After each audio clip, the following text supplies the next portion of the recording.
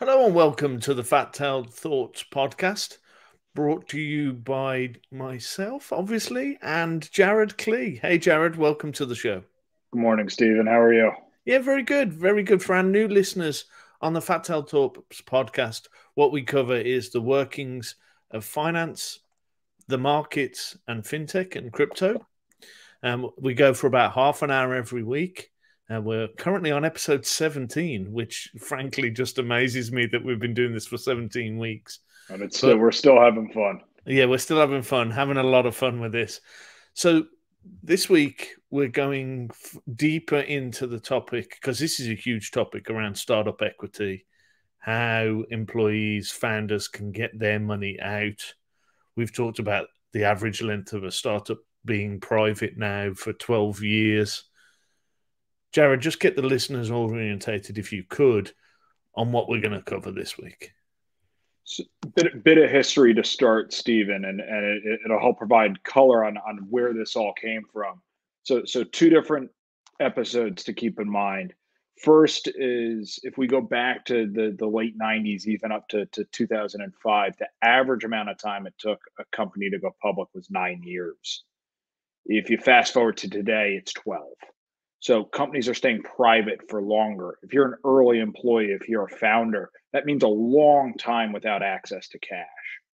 The second episode, and this is going to provide the backdrop to a lot of what's happening today, is there are a series of companies that went public in 1999. Well, their stock, the early employees, the founders, their equity was locked up for 6 months after they go public. So they have options on the equity. Those options are worth a lot of money when they go public in 99. By the time the lockup ends after 6 months, well, if everyone remembers 2000, the market absolutely crashed. So these startups lost 70, 80, 90% of the value of the equity. So a whole bunch of employees were left owing taxes at the high price of when the company went public, but the equity was worth 90% left. You had paper-based millionaires who went bankrupt, Stephen. And this made its way through Congress. There's a whole huge blowup. But while the problems aren't as quite as dramatic today, that core issue of you can owe a lot of taxes, it costs a lot of money to exercise the options, but you don't have the cash to do it. That's still very much true today. And last week we talked about, well, you could sell the equity. Well, there's a whole nother world of financing, exercising those options. That's also a possibility. It's a rapidly growing market. It's where we're going to dive into today. So let's get started here. We talked about selling last week, as you mentioned. Really good letter. We'll put the link in the show notes. But financing. Let's go deep here. We've got about 10 minutes to unpack this topic. Financing against your options. Talk us through the thoughts here. So let's talk pure mechanics first. Let's put ourselves in the seat of a startup employee who has options against equity. So the challenge for an early employees, you really have two expenses you have to think about. The first is, what is the cost to exercise those options? So an option is the right, but not the obligation to buy the equity. An option has what's called a strike price. That strike price says I get to pay $5 per share or whatever the amount is, and I then own the equity. The expectation is if I get to pay $5 a share and over time the company gets more and more valuable, company's now worth 10 or 15 or 20 or whatever, and I capture that value in between. But we also got to consider taxes. So there are two types of options for early employees. There are what are called incentive stock options, ISOs, and NSOs, non-qualified stock options. ISOs, you get to not pay taxes on the first $100,000 worth of gains each year. NSOs, you owe taxes on the gains the moment you exercise. Now, let me explain the difference just before we get too far. So if I have a strike price of my option of $5 a share, and the current price for the shares are $10 a share, I have a gain of $5 per share. So ISOs, I get to write off $100,000 of gains per year. That's great. I just don't pay taxes on it. NSOs, I pay immediate taxes on the difference between that 10 and the 5, the $5 a share times however many shares I exercise. So as a startup employee, if I want to go and exercise my options, let's assume I had the cash to pay for them, I also have to consider that tax problem. Now, why do I start there? Well, Stephen, financing just paying for exercising the options, that may not be that much money. It may be some, but not that much. Well, the challenge is, Stephen, imagine if you join a company. So Fireblocks is a really good example of this. Fireblocks started out 2021 at a 700 million valuation. By the beginning of 2022, just a few weeks ago, they raised a large round at an $8 billion valuation. They more than 10x'd the size of the company in a year. Well, you can imagine what that means is that if you started the year at a $5 per share, by the end of the year, you're somewhere close to 50. That's a big, big, big gain that you're going to end up paying taxes on.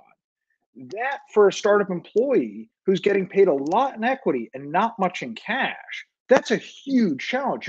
You're slammed with this massive tax bill.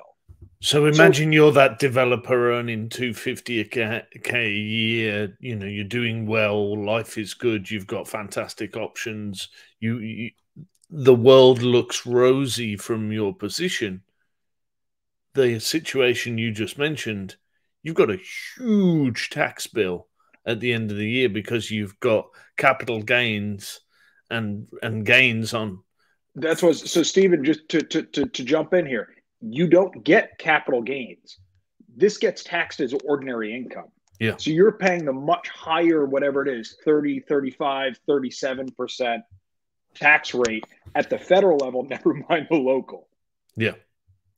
So, and I think it was interesting. One of the points that I wanted to ask you about this, you mentioned the difference between ISOs and NSOs. There's also a throwaway line that I wanted to quiz you on in the newsletter, which says companies can decide to not do ISOs. Unpack that one for me. Why wouldn't I let my employees gain the benefit of that 100K's worth of tax advantage? It's a more complicated topic than I wanted to get into in the letter. We'll hit on it here. There are, and just for anyone really interested, there if we go way, I wrote a letter back in August of last year talking about the different ways you can structure startup equity and the considerations. I go fairly into depth there. Really a startup can kind of offer three different things. It can offer ISOs, NSOs, and what are called RSUs, restricted stock units. There are different income and balance sheet treatments for each one of those. For the most part, there's no difference in cash treatment from the company. So the company doesn't care that much from a cash standpoint, but from an accounting treatment, if that is relevant to the company because they're being audited or what have you, that can drive a difference in what they issue among NSOs and ISOs, Stephen. RSUs tend to happen later in the company's life.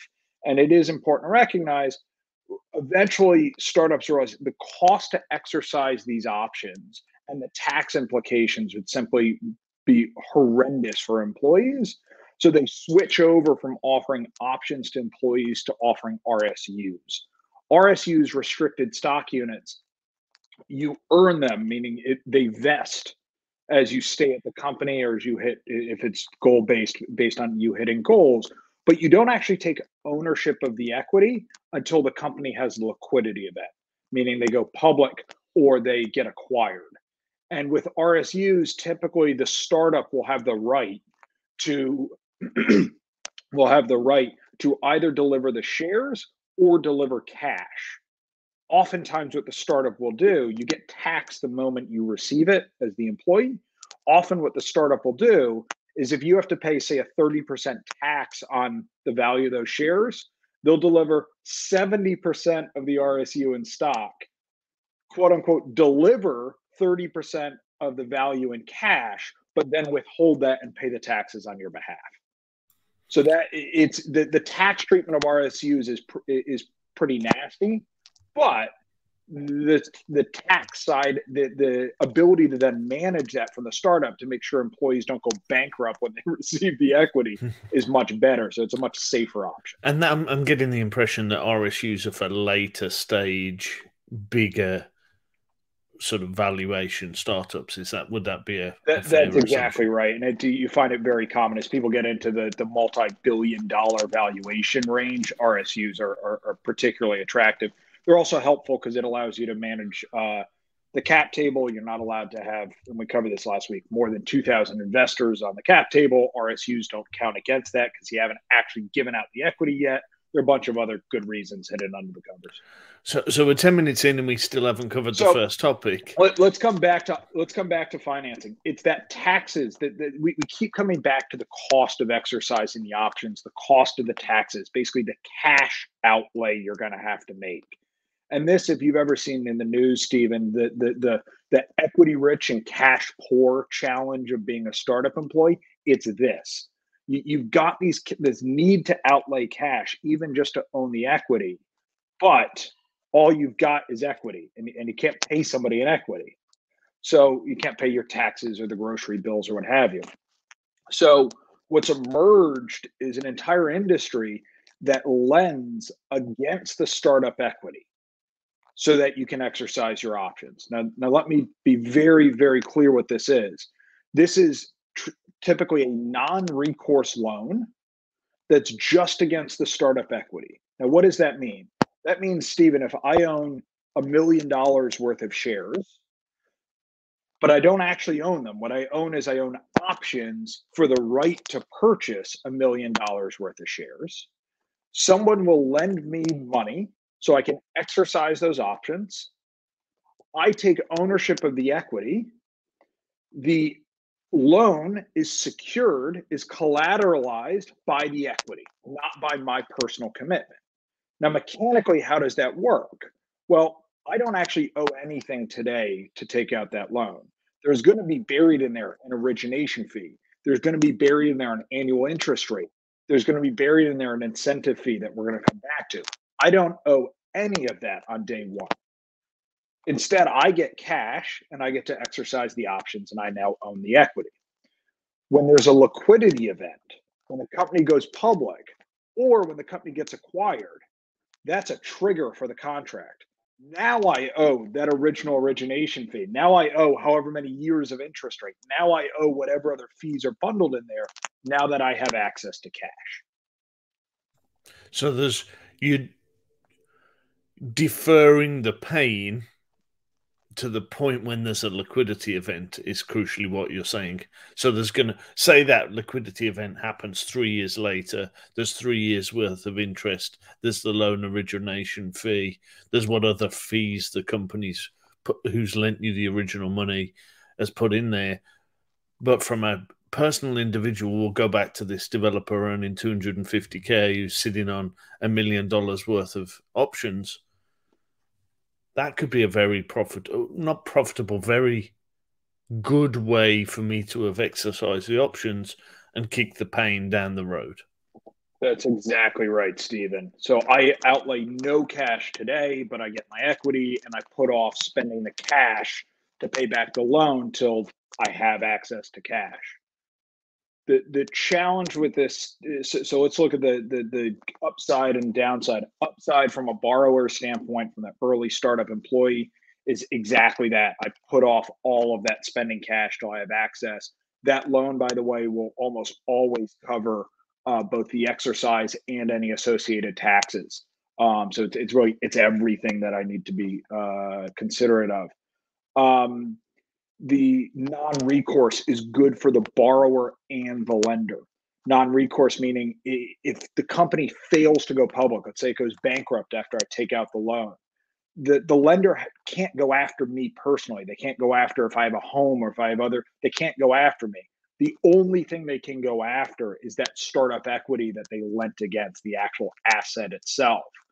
Now, that, as we'll see, that's great from a borrower standpoint in one respect, can't go after me. But the flip side is it does make the loans more expensive. There's that incentive fee we'll come back to in a sec. Because you've got to offset the risk as the offset the lender, risk. but basically, you've got to offset that risk. This is a startup by definition. It's probably a 9, 10, 11-year-old startup by this point.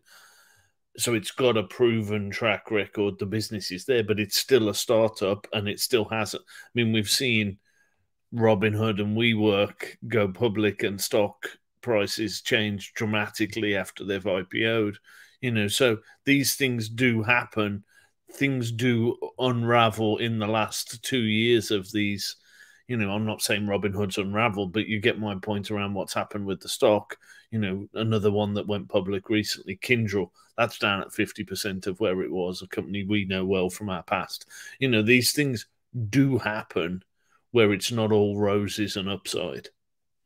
Correct, and it's an important consideration. So that the other piece, Stephen, is that it doesn't just not only, so I'll come back to the incentive fee. Not only does lending only against the equity make the loan more expensive, it also necessarily limits the startup employees who are allowed eligible to take out loans.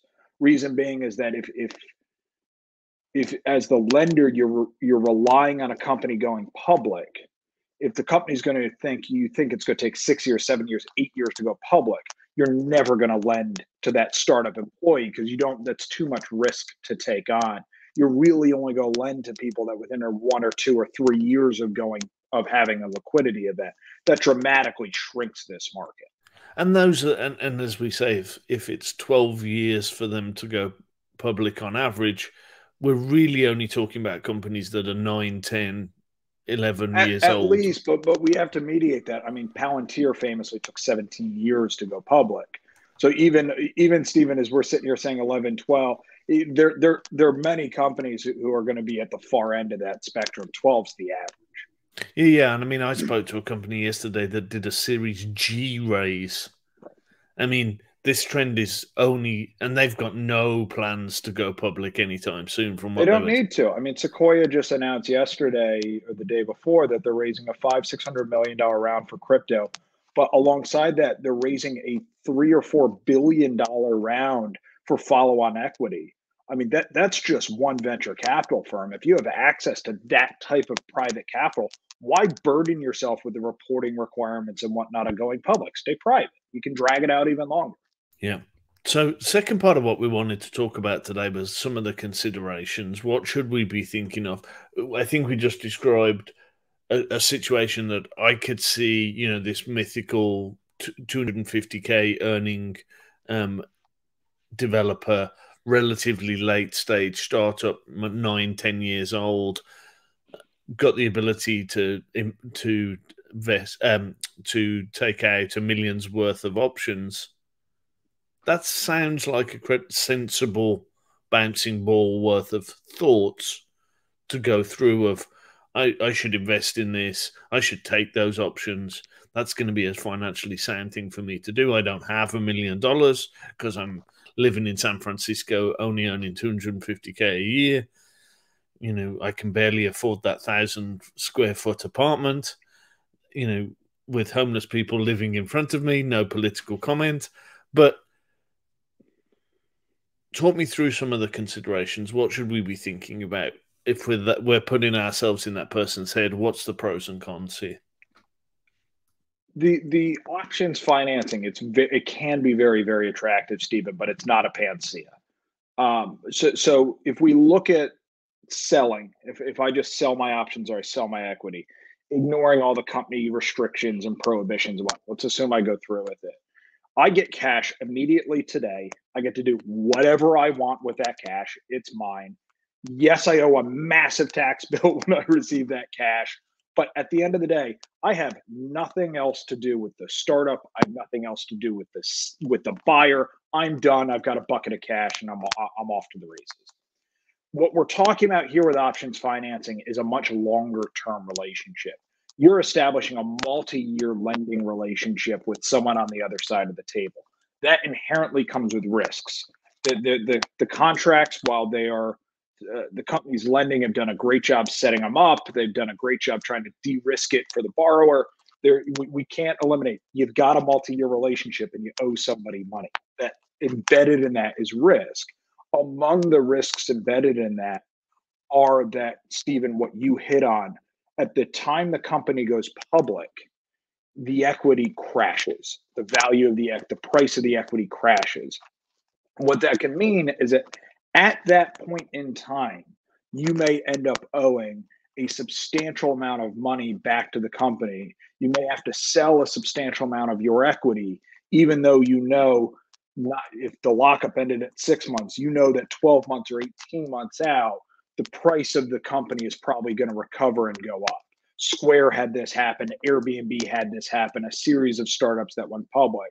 So you can end up with this timing mismatch when you owe the money back for the loan and you're forced to sell the equity at a disadvantageous point in time, a fairly low price. Secondly, Stephen, the incentive fee that's built into most of these loans can get very expensive. So the incentive fee typically, and this is atypical from a certain loan, it's actually equity exposure for the lender. So as we said, typical loan here will come with an origination fee, call it 5-ish%. It's going to come with an interest rate somewhere on the order of 7% a year. That really, Stephen, is just paying the bills. That is justifying. We get as the lender, we get a kind of base rate, call it 13-ish% a year. That's attractive. The way a lender is going to offset the risk is the incentive fee. And the incentive fee is when eventually that equity sells, we get anywhere from 5 to 50% of the equity upside. In addition to you paying back the 5 plus 8% or whatever it is, loan math. That can get very expensive. So you will owe whatever, the 5% origination plus the 7% per year over 2 years or 3 years or whatever, plus 20% of your equity, plus 50% of your equity, a huge, huge, huge chunk. The value of that, what's basically a warrant by the company, a penny warrant, the value of that clearly goes up and up and up as the company gets more valuable and ends up IPOing. Yes, there's a really good side of being able to finance your options. You get cash now and you take ownership of your equity. But do recognize that with that incentive fee, you're giving up a substantial portion of the potential future upside. Now, we do need to balance that, Stephen. If I decided to delay exercising my options, I go, hey, I don't have cash today, so I'm just going to put off when I exercise my options. My tax bill gets bigger and bigger and bigger and bigger. As the company gets more valuable, that difference in the per share price goes from $5 to $10 to $5 to $20 to $5 to $50 to $5 to $100. That's not a linear increase in taxes. Each time that makes that jump, not only does the tax increase, I'm moving up the tax brackets. So it gets more and more expensive the more it comes.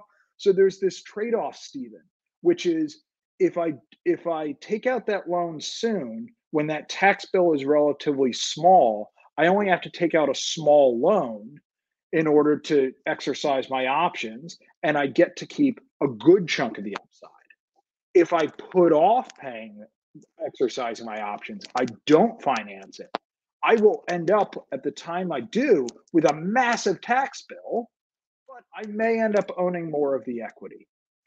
It's a toss-up, and that is a per company decision, a per employee decision of when did they come in, what do you expect the valuation increase to be, what do you expect the tax situation to be if we have a changing tax regime happening. I mean, this is a really complex math, and there's no right answer. It's a sit down and make your best estimate of where you expect the future to go. It's the classic three-dimensional chess when you don't know how many pieces are on the board and who the players are. I mean, at least you don't have a Wookiee trying to rip your arms off. Yeah, at least there is that. I mean,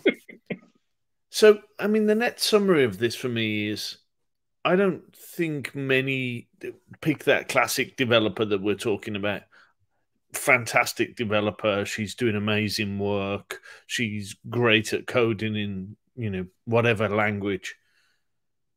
She's no expert in the topics that you just described. Maybe she's read your newsletter. Maybe she's listened to this podcast. Maybe she's a bit smarter than she was 3 weeks ago.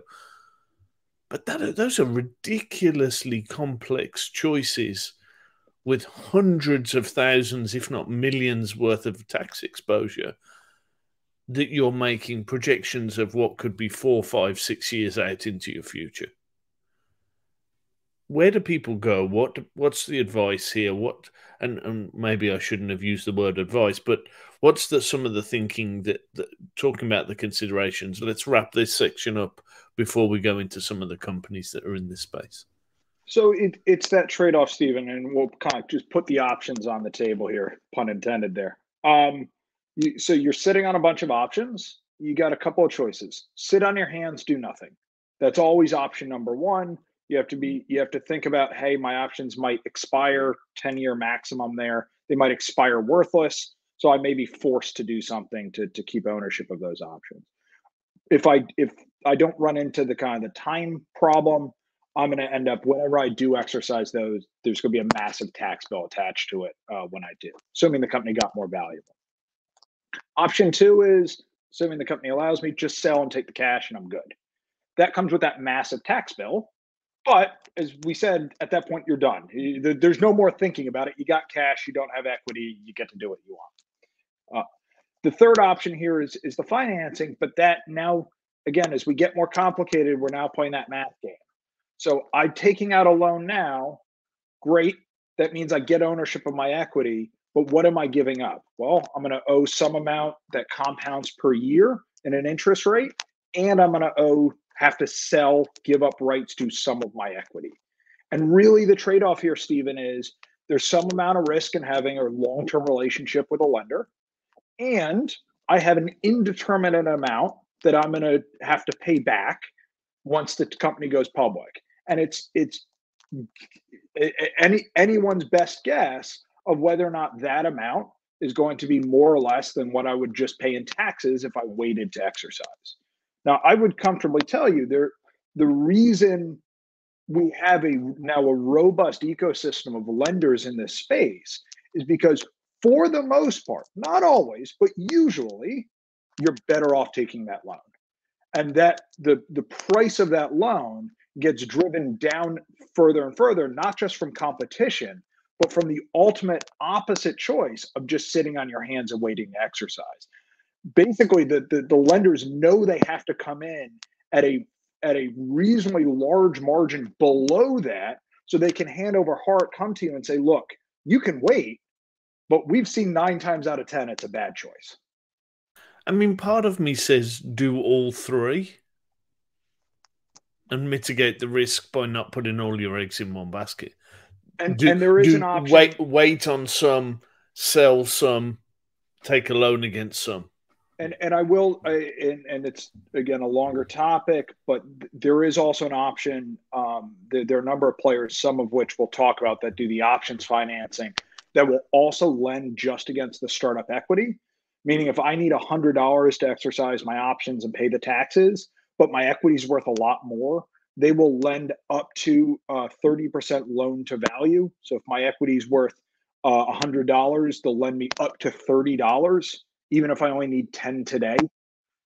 That can be an attractive option to get access to cash. And I'll use 10 to exercise my options. I'll use 20 to take out a mortgage or whatever I'm doing. So, as always, we never keep to half an hour. We're 29 minutes in. We want to cover one big topic before we wrap here. So, companies in this space, what are they doing? Who should we be thinking about? There's some great stuff in the letter. Go fast.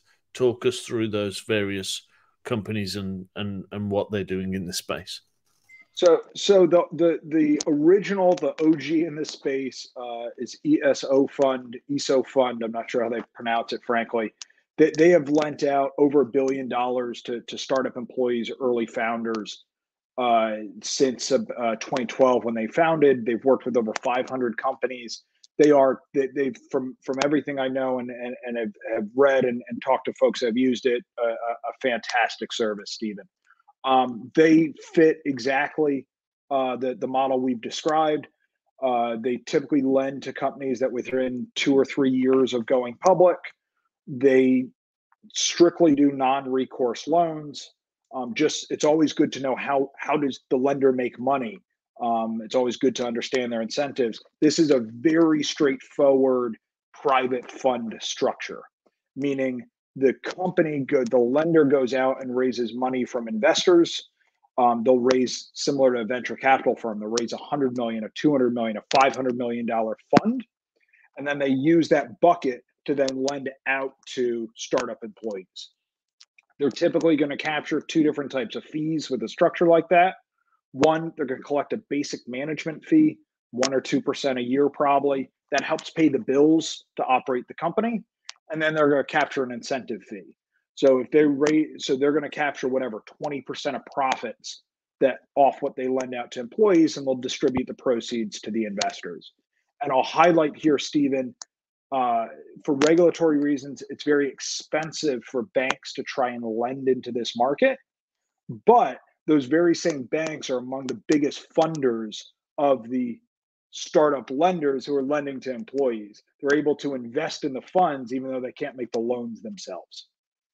So you mentioned ESO. Who else would you put into this sort of category?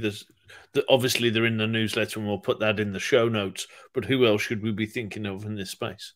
So like any good market, Stephen, they've had wild success, and as companies have taken longer to go public, I mean, $1 billion is a lot to lend out in this space. They've produced very, very solid returns year over year over year, which means a bunch of other competitors have gotten into the game. So just knocking down a couple of the names. Liquid Stock has raised $160 or so million fund a couple of years ago. They just raised another $250 million fund. Same structure, lending into this space. Quid is an interesting one. Quid is actually a spin out of Troy Capital. Troy Capital, let's play this all the way back. Troy Capital is a venture capital and venture debt fund founded, perhaps unbelievably, by the founder of MySpace.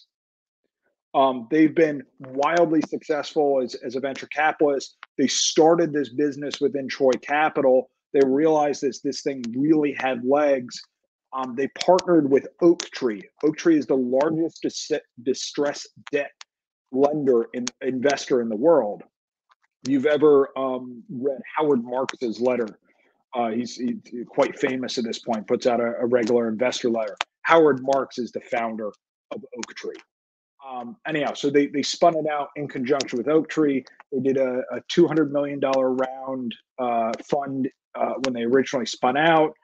They just did in 2021 a $350 million round. They brought in one of the largest hedge funds in the world to be the third investor, Troy Capital, Oaktree, and the hedge fund. Section Capital, they've been around for a little bit longer. They kind of tend to fly under the radar. They've got another $350 million or so to lend out. And Secfi. Secfi just raised silly amounts of money. They're the newest in this space. They've been working with Serengeti. At Serengeti, I think they've now raised $700 million in 2 funds to lend out. So, Stephen, I give you that kind of smorgasbord, and I'm sure there are others I'm missing and others emerging. I mean, for any individual one of these, we're talking hundreds of millions of dollars available, in aggregate, billions of dollars available, and rapidly growing. Yeah, I mean, just doing some mental math, you got us to sort of 2-3 billions worth of fund money. Obviously, that's going to go straight through this model out into founders and people in the position where they need to get this. That's the flow here. So if there's 2 or 3 billion coming in from VCs and from private family offices and high net worth individuals funding those funds, they're only getting that money so that they can then lend it back out. And it's attractive from an investor standpoint. You've got a fairly attractive baseline rate that you're going to get paid back, call it 10 to 15% a year. It's much more risky than kind of your more traditional loans, because if the startup fails to go public, your loan doesn't get paid back. But you have this hybrid aspect to it. You have that equity kicker of you have exposure to the actual price appreciation of the startup equity that makes an attractive offset to the risk of the loan not getting paid back. And in a portfolio, and we're talking short time periods here. You're not lending out for 10 years, or lending out for 2, 3, 4 years at max. That can be very, very, very attractive. And if that company's running some rigorous processes, they're allowing only people in the right types of startups to be getting access to this. I can see the risk management potential to stop those downsides that you mentioned. Correct. And that's the specialization. So the last one, and that only lending the late stage, there's a fifth company in the space, Stephen, that we have to mention before we wrap up. EquityB is turning the model on its head. So rather than lend out money themselves, they went, wow, this is great. All this money is flowing in. All these people are competing to lend to startup employees to finance. What if we just set up a marketplace? So EquityB set up a marketplace where any accredited investor can come in, can lend to startup employees. It's minimum $10,000 to lend, to borrow, often in much larger sizes. And EquityB takes the spread in between. So they charge the lender 5% of the loan, and then they take a small equity kicker on the other side, like that incentive fee, so they have exposure to the upside. So they're crowdsourcing rather than getting it from big investors, basically. Exactly, but I would expect big investors to come in and compete on the platform as well. That's just to be clear, where the individual lenders have much greater potential upside. At the end of the day, they're limited by the size of the money they've raised to lend out. EquityB is betting on a growing pie. They're saying, hey, I bet a bunch of people are going to enter. More employees are going to need this. It's a valuable service. More lenders are going to come in. Rather than deal with the trouble and the risk management and such of raising the capital ourselves, we're simply going to facilitate that deal, let others have the expertise of how to lend and when to lend and to whom to lend, and we're simply going to take a fee in between, a rake, and capture a smaller share of a rapidly growing market. The classic middleman play, basically. Correct. So, as always, we never keep to 30 minutes. We're 37 this minutes. Is fun. Come on. This is a huge topic. I think we're going to be on this again next week, trying to wrap this up in the fourth part of this, because this topic is so huge with so much depth. But you've been listening to the Fat Tailed Thoughts podcast, brought to you every week by Jared and myself. What we do here is break down the workings of finance, money, crypto, and the markets. Go check out the newsletter that gets published every week. We'll be summarizing this newsletter on this podcast every week. Click and engage with us. Give us a 5-star rating on your podcast platform of choice. We're really trying to grow the show. Got some exciting things planned for the months ahead. Thank you for listening. We'll speak to you next week.